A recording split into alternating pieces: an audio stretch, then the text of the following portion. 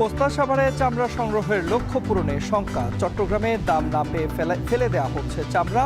পাচার রোধে সীমান্তে সতর্ক বিজিবি।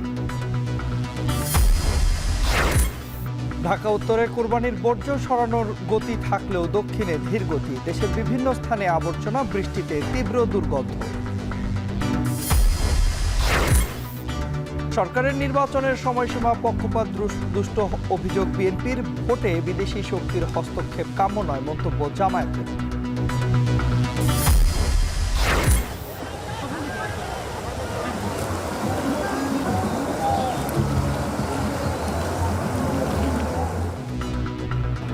ঈদের ছুটিতে সিলেট কক্সবাজারে পর্যটকের ঢল। রাজধানীর সিনেপ্লেক্সগুলোতে ঢাকাই সিনেমার হাউসফুল শো।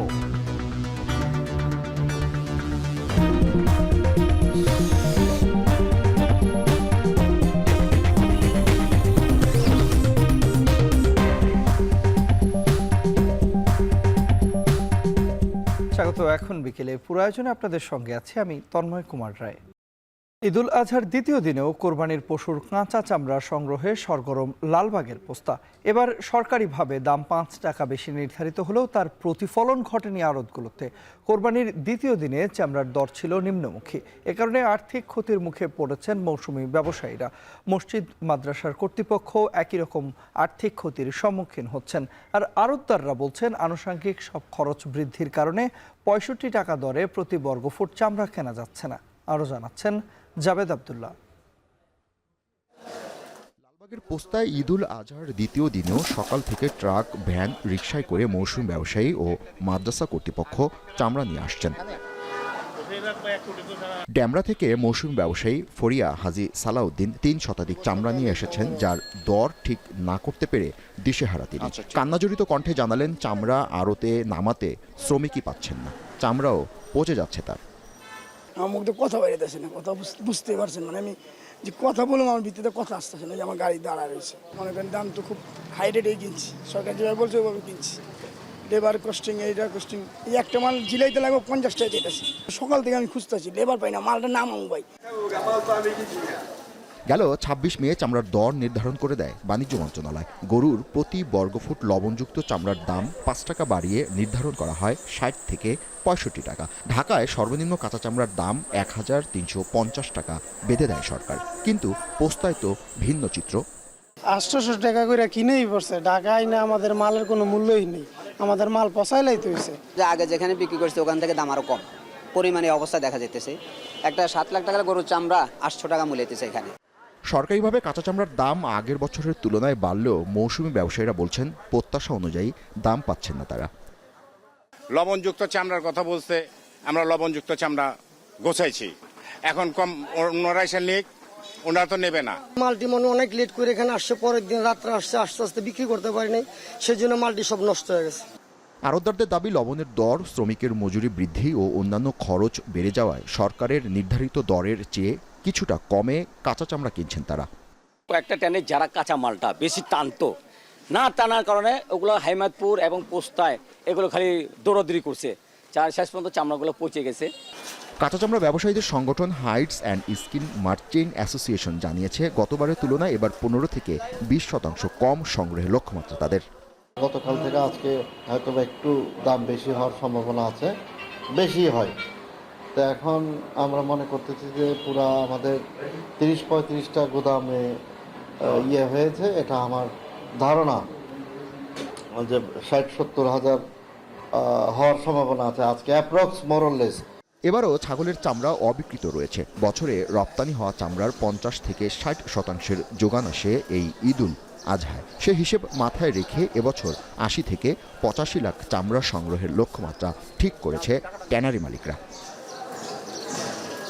জাবেদ আব্দুল্লাহ, এখন, ঢাকা। এদিকে চামড়া সংগ্রহের সার্বিক লক্ষ্যমাত্রা পূরণ না হওয়ার শঙ্কা জানিয়েছে ট্যানার্স অ্যাসোসিয়েশন। প্রথম দিন 5 লাখ পিস কাঁচা চামড়া ঢুকেছে সাভারে। এছাড়া তারা বলছেন, কোরবানি কম হওয়াতে এবার গত বছরের তুলনায় 15 থেকে 20% কম সংগ্রহ হবে কাঁচা চামড়া। আরও জানাচ্ছেন সিউল আহমেদ।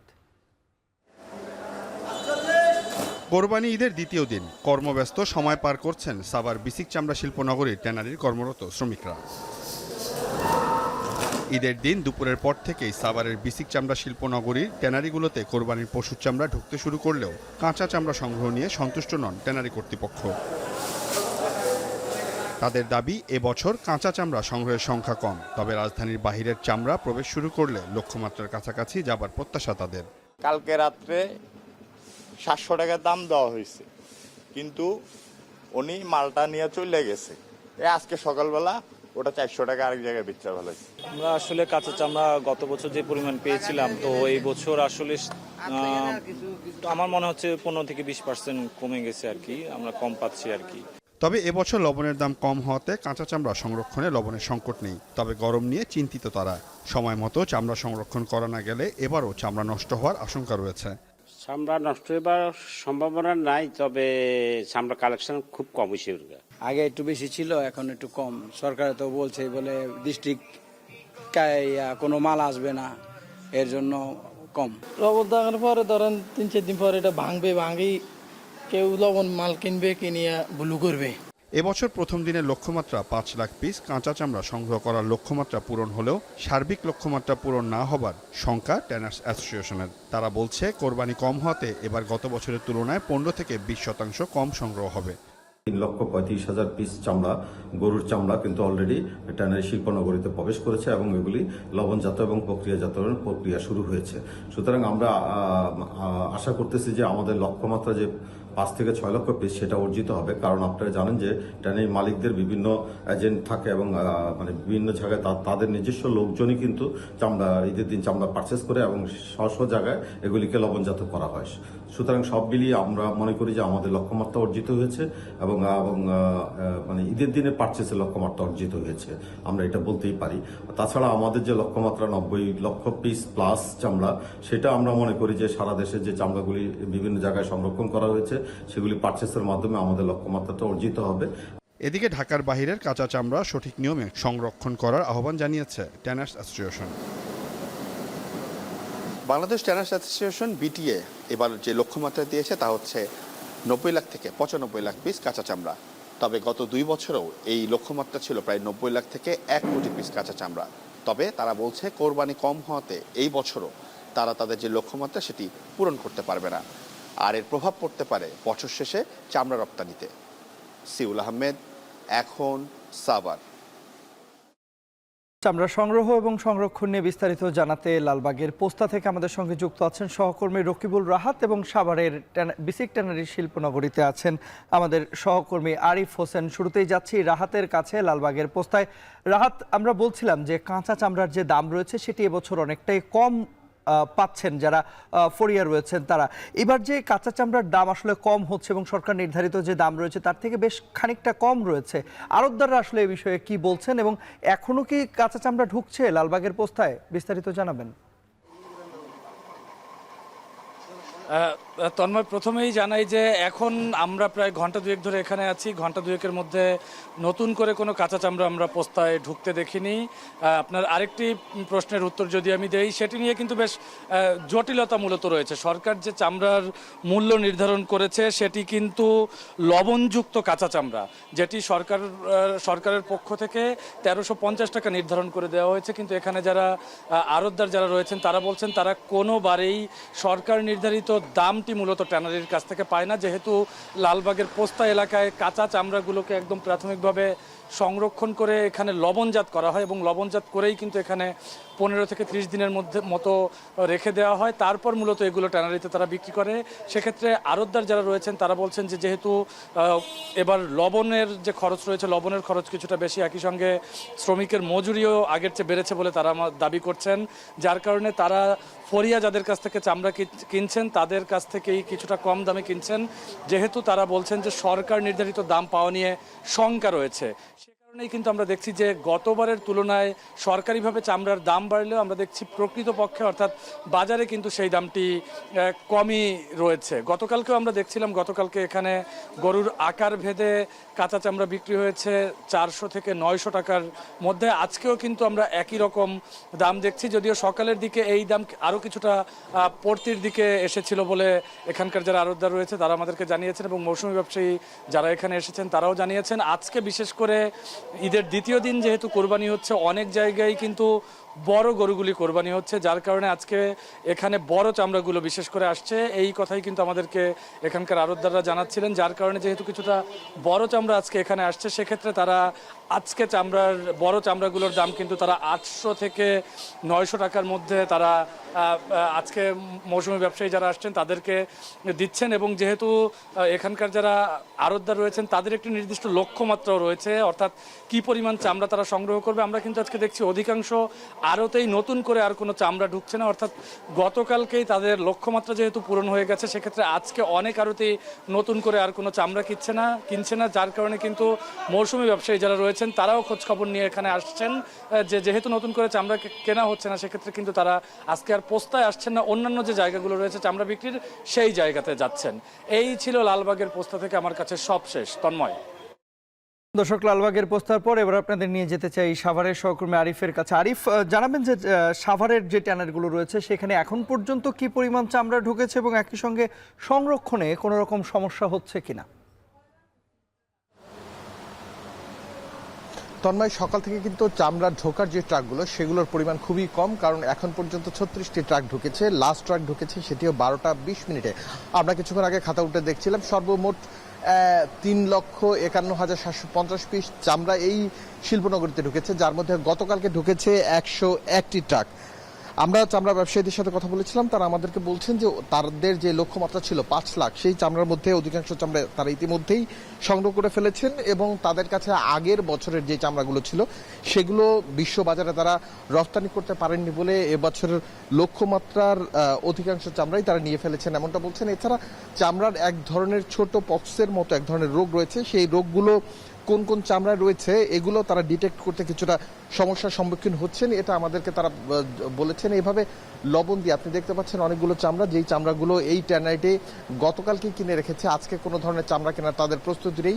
শুধু এই ট্যানারি না, 117টি ট্যানারি এখানে রয়েছে এই যে সাভারের হেমায়তপুরের চামড়া শিল্প কারখানা এখানে। তবে এই ট্যানারিগুলোর মধ্যে অধিকাংশ ট্যানারি তাদের যে নির্ধারিত চামড়ার সংখ্যা সেটা কিন্তু কিনে ফেলেছেন এবং লবণ দিয়ে তারা রেখে ফেলেছেন। আমরা দেখেছি যে মধ্যস্বত্বভোগী যারা রয়েছেন, যারা বিভিন্ন জায়গা থেকে 800 থেকে 850 টাকায় খুচরা ভাবে চামড়া কিনে এনেছেন এই সাভারের নগরীতে শিল্প ট্যানারিতে, কিন্তু এখানে এসে যে জিনিসটি দেখা গেল যে এখানে কিন্তু তারা যোগ্য দাম পাচ্ছেন না, অধিকাংশ ক্ষেত্রেই তাদের মূল্য ছাড় দিয়ে তারপরে বিক্রি করতে হচ্ছে। অনেককে দেখেছি বিভিন্ন জায়গায় ট্যানারিতে তারা ঘুরছেন, কিন্তু তাদের নির্ধারিত মূল্যটা তারা পাচ্ছেন না, এমন অভিযোগ রয়েছে। এছাড়া আমরা দেখেছি এখানকার যারা মৌসুমি ব্যবসায়ী রয়েছে তারা বিভিন্নভাবে চেষ্টা করছেন যাতে তাদের লসটা কোনোভাবেই হলে পোষানো যায়। আমরা যারা মালিক রয়েছে তাদের সাথে আমরা কথা বলেছিলাম, তারা বলছেন কোনোভাবেই চামড়ার দাম সরকার নির্ধারিত যেই দাম রয়েছে 1350 টাকা সেটি দেওয়া সম্ভব না, এবং সেই 1350 টাকা শুধুমাত্র লবণযুক্ত চামড়ার ক্ষেত্রে,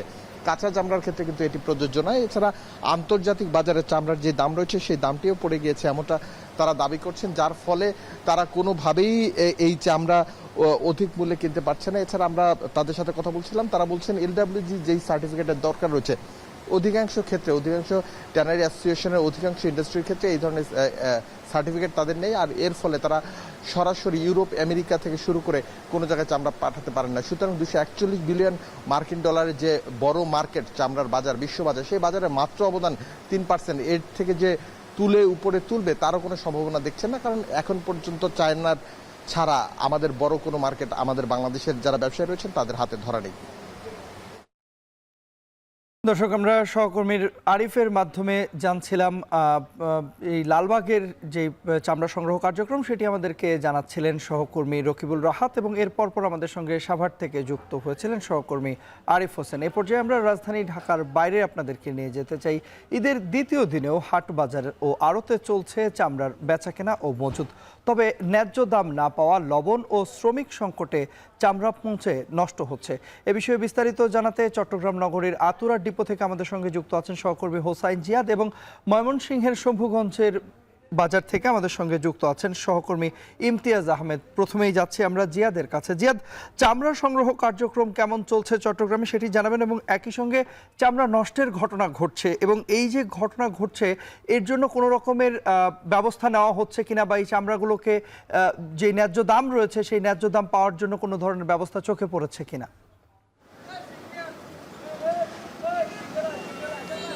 তন্ময়, চিত্রটা আসলেই খুবই হতাশাজনক।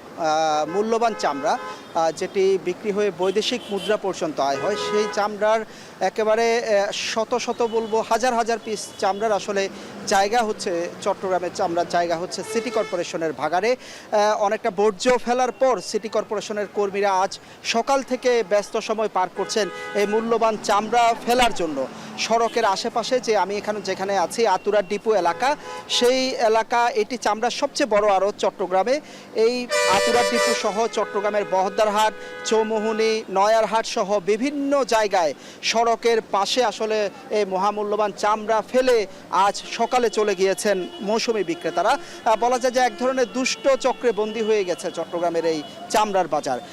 একেবারে শুরু থেকে যদি বলি যে এখন থেকে 5 থেকে 10 বছর আগে দল বেঁধে বেঁধে আসলে চামড়া কিনতে এলাকাগুলোতে যেত, বুঝিয়ে শুনিয়ে বিক্রেতার কাছ থেকে যারা কোরবান দিতেন তাদের কাছ থেকে দরদাম করে আসলে চামড়া সংগ্রহ করত। গত কয়েক বছর ধরে অবস্থা এমন হয়েছে যে যিনি কোরবান দেন তিনি কোনো রকম চামড়াটি তুলে দিতে পারলেই, কোনো মাদ্রাসায় এতিমখানায় তুলে দিতে পারলেই তিনি বেঁচে যান, অর্থাৎ না বিক্রি করে তারা আসলে দিয়ে দিচ্ছেন। সেই চামড়া যখন এই আড়তে আসছে তখন এইভাবে হাজার হাজার পিস চামড়া আসলে সড়কের পাশে পড়ে থাকছে। গতকাল এখানে যারা আছেন তারা বলছিলেন যে মধ্যরাত পর্যন্ত আসলে যারা মৌসুমি বিক্রেতা তারা এখানে চেষ্টা করেছেন চামড়া বিক্রি করার জন্য, কিন্তু আড়তদাররা 400 থেকে 500 টাকার উপরে কোনো চামড়া তাদেরকে দেননি। যেখানে তারা সেই চামড়াগুলো কিনেছেন ক্রেতাদের কাছ থেকে 800 থেকে 900 টাকায়, সেই চামড়া বিক্রি করতে না পেরে লোকসানে অনেকে ফেলে চলে যান এবং লবণ না দেওয়ায় সেই চামড়া আসলে নষ্ট হয়ে গিয়েছে। এবং আজকে সকাল থেকে সিটি কর্পোরেশনের কর্মীরা এই চামড়াগুলো নিয়ে ফেলছেন এবং কয়েকটি কারণে, প্রথম কারণ সেটি হলো এই চামড়া আসলে 400-500 টাকায় কেনার কারণে আড়তদারদের কাছে তারা বিক্রি করেননি, লোকসানে ফেলে চলে গেছেন। অন্যদিকে আড়তদাররা বলছেন যে সরকার যে মূল্য দিয়েছে 1150 টাকা, সেই মূল্যে তারা ঢাকায় বিক্রি করতে হবে। এর আগে মূলত তারা এখানে লবণ দেওয়া, শ্রমিকদের বেতন সব মিলিয়ে একটি চামড়ায় 3 থেকে 350 টাকা খরচ হয়, অর্থাৎ তার থেকে কম দামে তাদেরকে চামড়া কিনতে হবে। অন্যদিকে চট্টগ্রামে কোনো ট্যানারি নেই, একটি মাত্র ট্যানারি, এই যে 2-3 লাখ চামড়া সেটি প্রক্রিয়া করার মতো আসলে জায়গা নেই, যার জন্য ঢাকায় তাদেরকে তাকিয়ে থাকতে হয়। কিন্তু ঢাকার ট্যানারি মালিকরা চট্টগ্রামের আড়তদারদেরকে দীর্ঘদিন ধরে টাকা দেন না, বকেয়া থেকে গেছে। তার উপরে এবার প্রচণ্ড গরম এবং এক ধরনের শ্রমিক সংকট দেখা দিয়েছে। সব মিলিয়ে আসলে বেশ হতাশাজনক চিত্র এবার চট্টগ্রামের চামড়ার। তবে আপনি যেটি বলেছেন এই চামড়া আসলে বেশি দামে বিক্রির আর কোনো ব্যবস্থা আছে কিনা সেটি নেই, কারণ এই চামড়াগুলো এখন আর প্রক্রিয়াজাত করার মতো অবস্থায় নেই। তন্ময়। দর্শক, এ পর্যায়ে আমরা যেতে চাই ময়মনসিংহের শম্ভুগঞ্জ থেকে। যুক্ত আছেন সহকর্মী ইমতিয়াজ আহমেদ। ইমতিয়াজ, ময়মনসিংহের চামড়া সংরক্ষণ কার্যক্রম কেমন চলছে সেটি জানাবেন। পাশাপাশি এই মুহূর্তে শম্ভুগঞ্জ বাজারের যারা ব্যবসায়ী রয়েছেন তারা আসলে চামড়ার দরদাম নিয়ে কি বলছেন?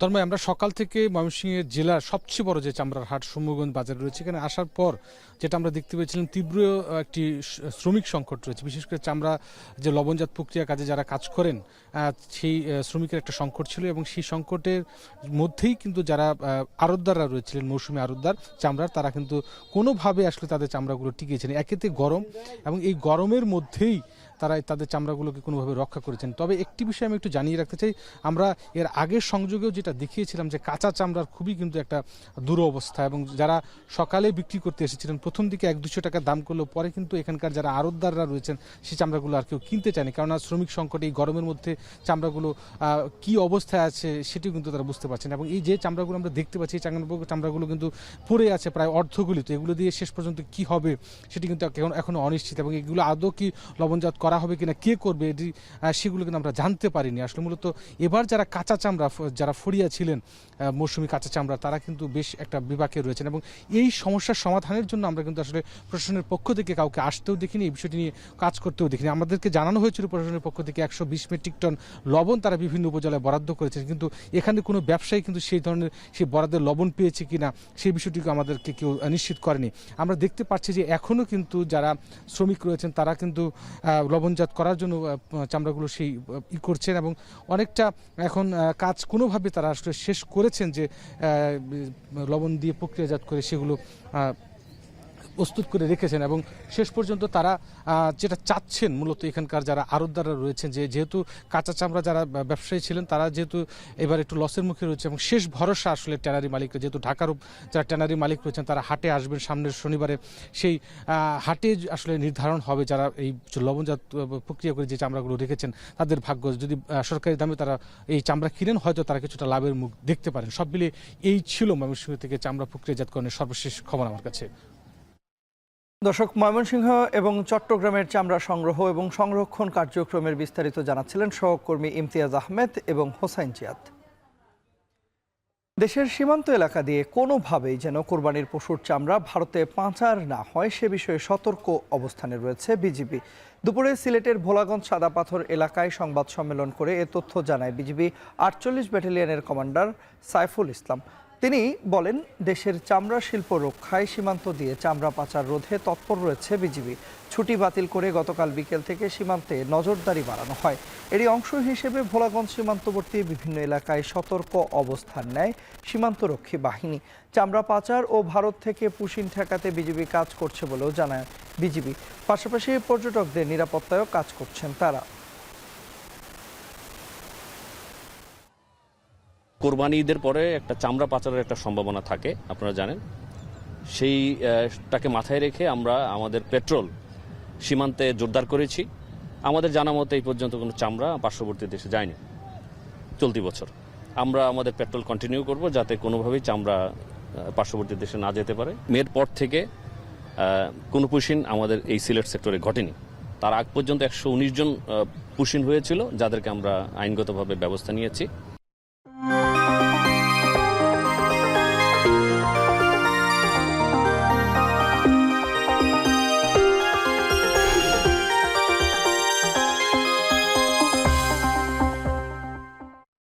ঈদের দ্বিতীয় দিনেও পশু কোরবানি দেওয়া হচ্ছে। অলিগলিতে জমেছে বর্জ্য। 2 সিটির বেশিরভাগ বর্জ্য অপসারণের দাবি করলেও দক্ষিণে এখনও কিছু এলাকায় দেখা যাচ্ছে বর্জ্য।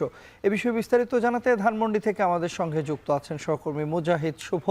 যুক্ত হচ্ছে তার সঙ্গে। শুভ, এই মুহূর্তে ধানমন্ডির চিত্রটা কেমন দেখছেন? কিছুক্ষণ আগে আমরা দেখছিলাম যে বেশ কিছু জায়গায় এখনো বর্জ্য পড়ে আছে, এবং একই সঙ্গে জানাবেন যে সিটি কর্পোরেশনের তৎপরতা কেমন রয়েছে।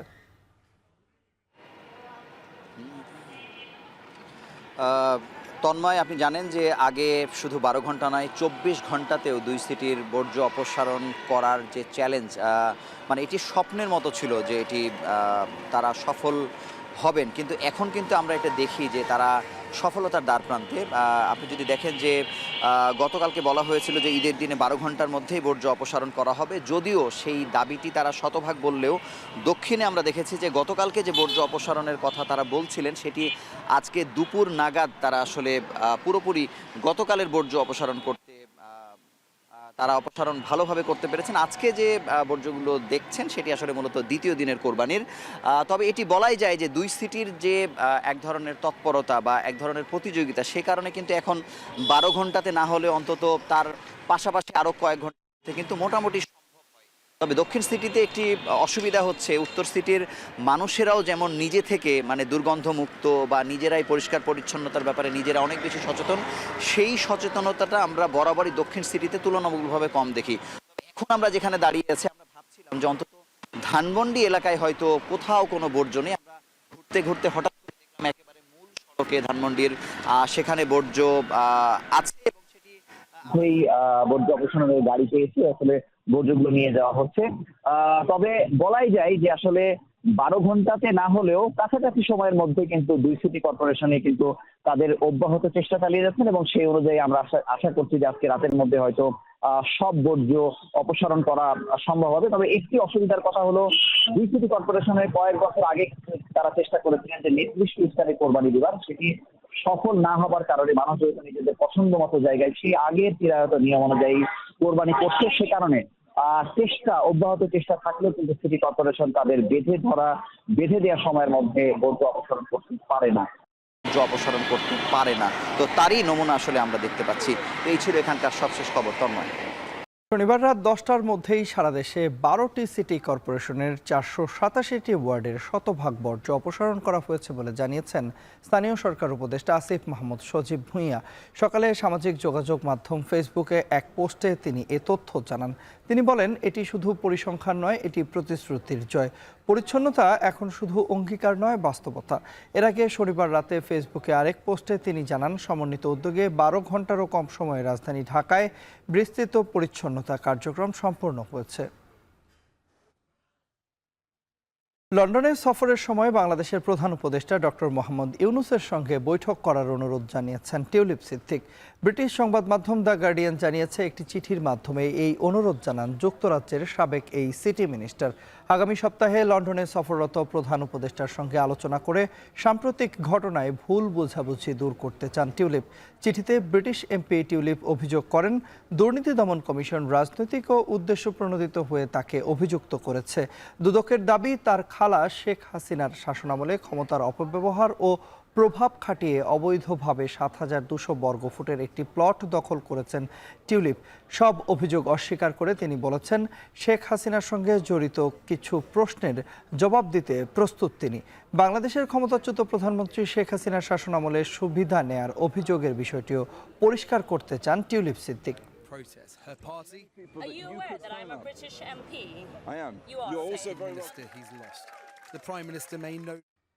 যে সরকার মতামতের ভিত্তিতে নির্বাচনের তারিখ দেয় না, সেই সরকার বিশেষ শক্তির প্রতি পক্ষপাত দুষ্ট বলে মন্তব্য করেছেন বিএনপির স্থায়ী কমিটির সদস্য আমির খসরু মাহমুদ চৌধুরী। তিনি বলেন, এই সরকারের অধীনে নিরপেক্ষ নির্বাচন হয় কিনা তা নিয়ে সংশয় রয়েছে। দুপুরে চট্টগ্রামের নিজ বাসায় দলীয় নেতাকর্মীদের সাথে মতবিনিময়কালে এই মন্তব্য করেন তিনি। যেখানে সিংহভাগ রাজনৈতিক দলগুলো ডিসেম্বর মধ্যে নির্বাচন চেয়েছে, যেখানে আমাদের ঐক্যমতের বিষয়টা একবারে শেষ পর্যায়ে, আরও প্রায় 6 মাস আছে ডিসেম্বর, এখন শেষ পর্যায়ে, যেখানে বিচার কাণ্ড শুরু হয়ে গেছে, চলছে বিচার, তো নিজের গতিতে চলবে, কোনো সরকার তো বিচার চালাবে না। তো সুতরাং এর সব কিছু সিদ্ধান্ত যখন পরিষ্কার এসব ব্যাপারে, তখন হঠাৎ করে এপ্রিলে নির্বাচন নিয়ে যাওয়া, যেখানে সিংহভাগ রাজনৈতিক দলগুলো ডিসেম্বরের মধ্যে চেয়েছে এবং তারও আগে করা সম্ভব, আসলে সেপ্টেম্বর, অক্টোবর, নভেম্বরে নির্বাচন করা সম্ভব, তারপরও কেন নিয়ে যাওয়া হচ্ছে, এটা নিয়ে তো এখন একটা বিভিন্ন সন্দেহের উদ্রেক ঘটছে। আগামী জাতীয় সংসদ নির্বাচনকে কেউ যেন প্রশ্নবিদ্ধ না করতে পারে উল্লেখ করে জামায়াতের আমির ডাক্তার শফিকুর রহমান বলেছেন, নির্বাচনে অন্য কোনো দেশের হস্তক্ষেপ কাম্য নয়। দুপুরে মৌলভীবাজারের কোলাউড়ার পৌরসভা মিলনায়তনে পেশাজীবী প্রতিনিধিদের সাথে মতবিনিময়কালে জামায়াতের আমির জানান, দল যে আসন থেকে নির্বাচনের জন্য মনোনীত করবে সেখান থেকেই নির্বাচন করবেন তিনি। নির্বাচন করব সারা বাংলাদেশে ইনশাআল্লাহ 300 আসনে। আমি ওই সমস্ত প্রার্থীদের জন্য সময় দিব, পিছে পিছে ঘুরব, যারা সত্যিকার অর্থে বাংলাদেশকে জনগণের আকাঙ্ক্ষার একটা বাংলাদেশ হিসাবে গড়ে তুলবেন। তারা ইসলামী জনতা হবেন, তারা দেশপ্রেমিক জনতা হবেন, তাদের সকলকে নিয়েই আমরা করব। অতএব আমার আসন 300 আসন। তবে নির্দিষ্ট কোনো আসনে দল যদি আমাকে নির্দেশ দেয়, এই নির্দেশ এবং সিদ্ধান্তের মালিক আমি নই, আমার দল। ঈদুল আজহার ছুটি শেষে ট্রেনের ফিরতি যাত্রায় যাত্রীদের স্বাস্থ্যবিধি মেনে চলতে ও মাস্ক পরতে অনুরোধ জানিয়েছে রেলপথ মন্ত্রণালয়। রোববার মন্ত্রণালয়ের এক সংবাদ বিজ্ঞপ্তিতে এই তথ্য জানানো হয়। এতে বলা হয়, সম্প্রতি কোভিড সংক্রমণ হারের ঊর্ধ্বগতি বিবেচনা করে জনসমাগমপূর্ণ এলাকায় সকলকে মাস্ক পরার জন্য অনুরোধ জানিয়েছে স্বাস্থ্য ও পরিবার কল্যাণ মন্ত্রণালয়। বিশেষত বয়স্ক ও অসুস্থ ব্যক্তিদের জনসমাগমপূর্ণ স্থান এড়িয়ে চলার পরামর্শ দেওয়া হয়েছে। এর প্রেক্ষিতে ঈদ পরবর্তী ট্রেন যাত্রায় সকল যাত্রীকে স্বাস্থ্যবিধি মেনে চলা ও মাস্ক পরার জন্য রেলপথ মন্ত্রণালয়ের পক্ষ থেকে অনুরোধ জানানো হয়েছে।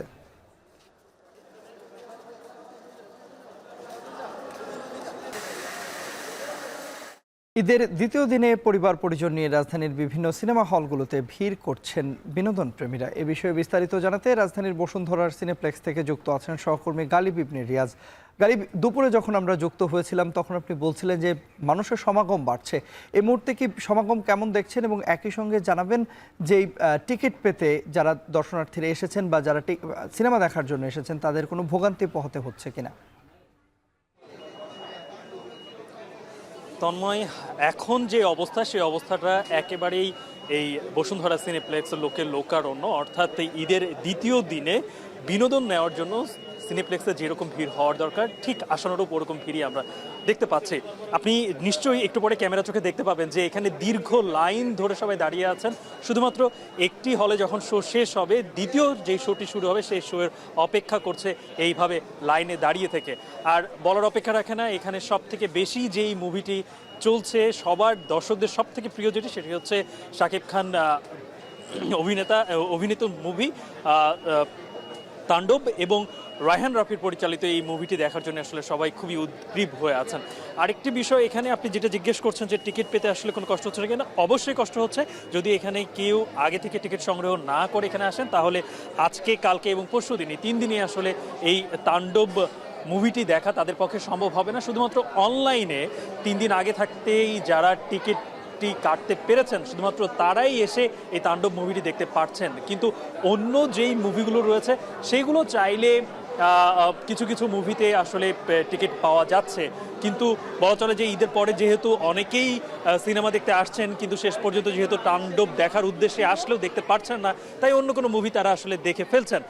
তবে সবথেকে বেশি যেটির চাহিদা সেটি হচ্ছে তাণ্ডবের টিকিট, কিন্তু সেটা এখন এখানে এসে কখনোই পাওয়া যাওয়া সম্ভব নয়।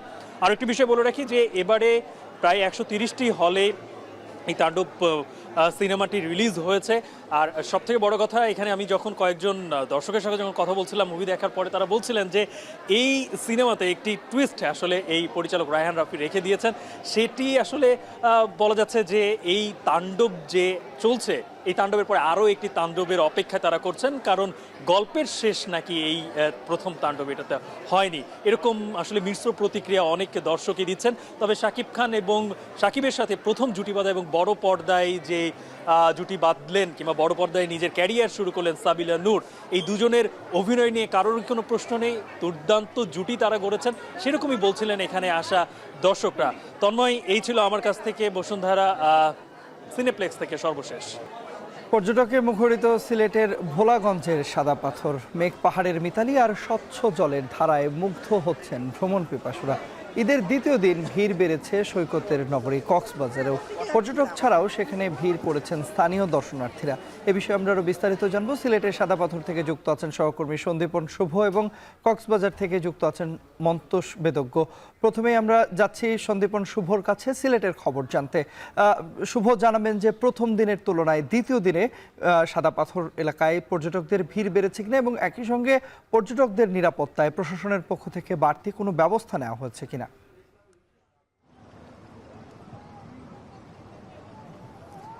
এই প্রকৃতিকন্যা শ্রীভূমি সিলেটের যে সৌন্দর্যের যে বিভিন্ন প্রাকৃতিক স্পট রয়েছে তার মধ্যে অন্যতম একটি স্পট হচ্ছে এই সাদা পাথর।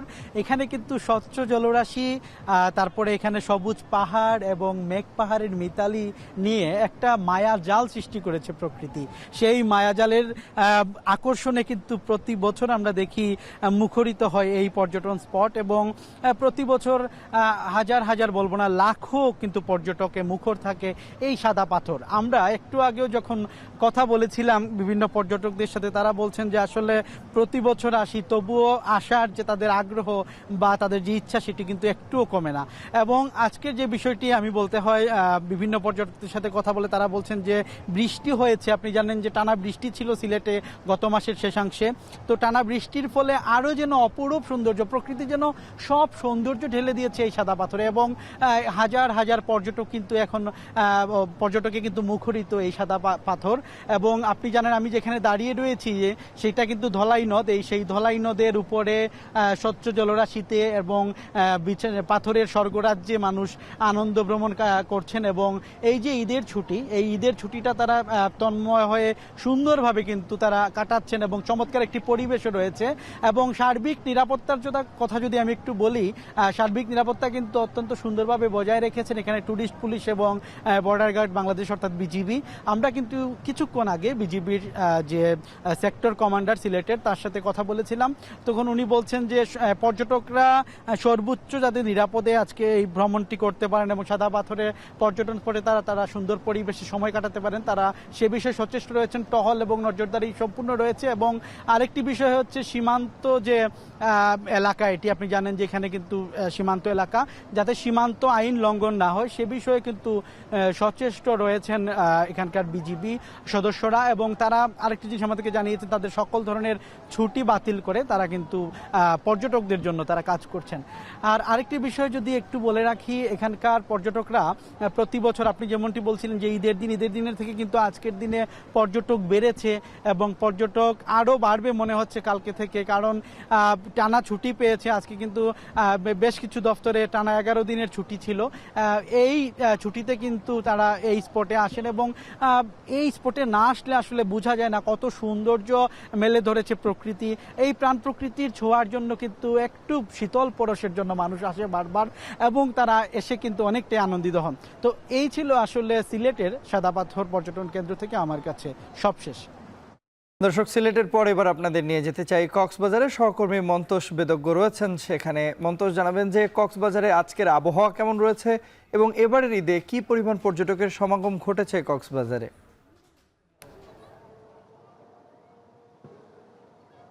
তন্ময়, সকাল থেকে বেশ কড়া রোদ রয়েছে কক্সবাজারে এবং 33 ডিগ্রি সেলসিয়াস তাপমাত্রা এই মুহূর্তে রয়েছে এবং বেশ গরম কিন্তু অনুভূত হচ্ছে। এবং এরকম পরিস্থিতিতে আমরা দেখছি যে সৈকত জুড়ে মানুষের যে উপস্থিতি সেটি গতকালের তুলনায় অনেকাংশে বেড়েছে এবং পর্যটকরা কক্সবাজারে আসতে শুরু করেছেন। তবে হোটেল মালিকরা যেটি বলছেন যে মূলত আগামীকাল থেকেই কক্সবাজারে ব্যাপক হারে পর্যটকের সমাগম হবে এবং আজকে পর্যন্ত হোটেলগুলোতে 30 থেকে 40% কক্ষ এই মুহূর্তে বুকিং রয়েছে এবং গতকালের তুলনায় যে পর্যটক উপস্থিতি সেটি বেড়েছে। ক্রমাগত আসলে পর্যটকদের যে কক্সবাজারে ছুটে আসা সেটি বাড়ছে। এবং এখানে যদি বলে রাখি যে প্রতি বছর আসলে লাখো পর্যটক কক্সবাজারের যে সমুদ্রের অনাবিল সৌন্দর্য কিংবা এখানের যে পাহাড়ি জনপদ রয়েছে, এখানে দ্বীপ উপজেলা রয়েছে 3টি, সেই সব এলাকায় কিন্তু প্রচুর মানুষের উপস্থিতি প্রতি বছর এই ধরনের যে টানা ছুটিগুলো পড়ে সেই ছুটিতে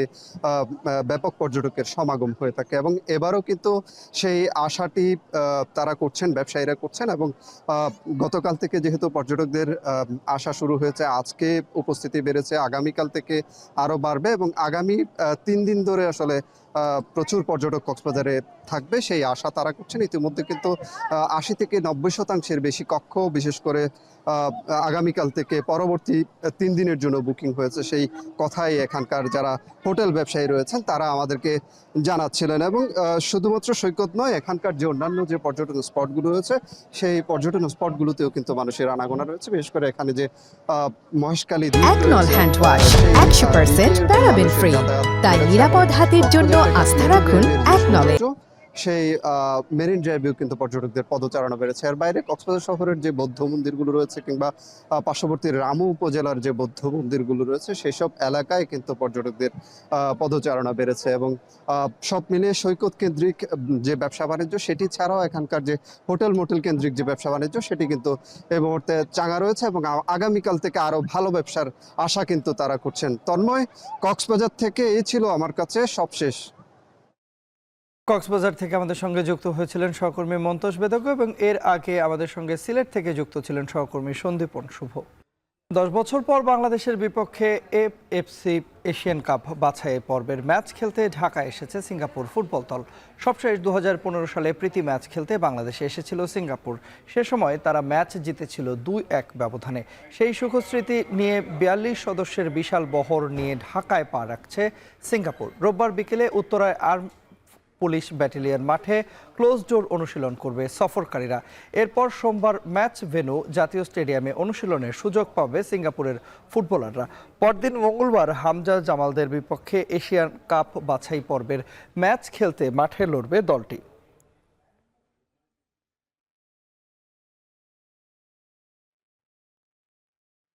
এরই মধ্যে দিয়ে চলে এলাম এখন বিকেলের আয়োজনের একেবারে শেষ প্রান্তে। তবে যাবার আগে শিরোনামগুলো জানিয়ে দিব আরও একবার। পোস্তা সাভারে চামড়ার লক্ষ্যমাত্রা পূরণের শঙ্কা। চট্টগ্রামে দর না পেয়ে হাজার হাজার চামড়া ভাগাড়ে, পাচার রোধে সীমান্তে সতর্ক বিজিবি।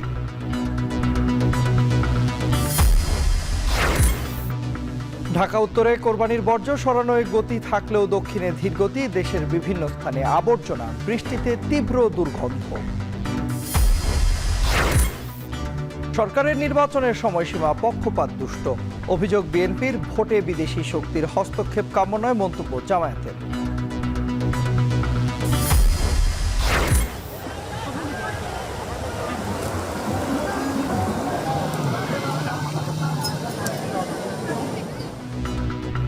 ঈদের ছুটিতে সিলেট কক্সবাজারে পর্যটকের ঢল। রাজধানীর সিনেপ্লেক্সগুলোতে ঢাকাই সিনেমার হাউসফুল শো।